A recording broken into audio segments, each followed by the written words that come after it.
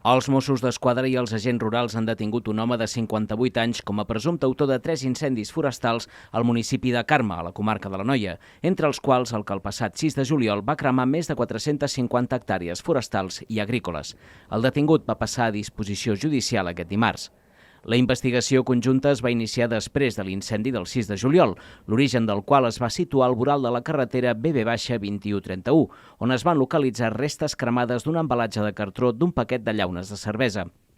Les gestions d'investigació, amb declaracions de testimonis, anàlisi d'imatges de càmeres de seguretat i l'estudi d'incendis anteriors van permetre identificar el sospitós.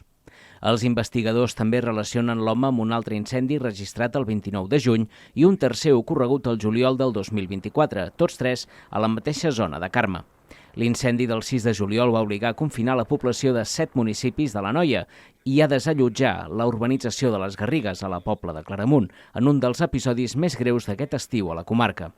Després de prendre-li declaració i analitzar l'informe de la investigació, la jutgessa titular del jutjat de primera instància i instrucció d'Igualada va decretar aquest dijous a la tarda presó provisional i sense fiança pel detingut, acusat d'un delicte d'incendi forestal agreujat. Segons avança Nació Digital, en la interlocutòria la jutgessa argumenta que el dany causat és d'una intensitat extraordinària i evidencia el potencial d'irreversibilitat del resultat lesiu de provocar l'incendi.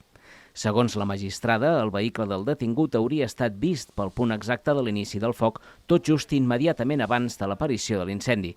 En l'escrit també citen diversos testimonis que asseguren haver vist el detingut llançant objectes encesos en ocasions anteriors. També es fa constar que a l'interior del vehicle del detingut es van trobar fins a 27 encenedors i papers de diari que podrien haver-se utilitzat com a elements per fer foc intencionadament.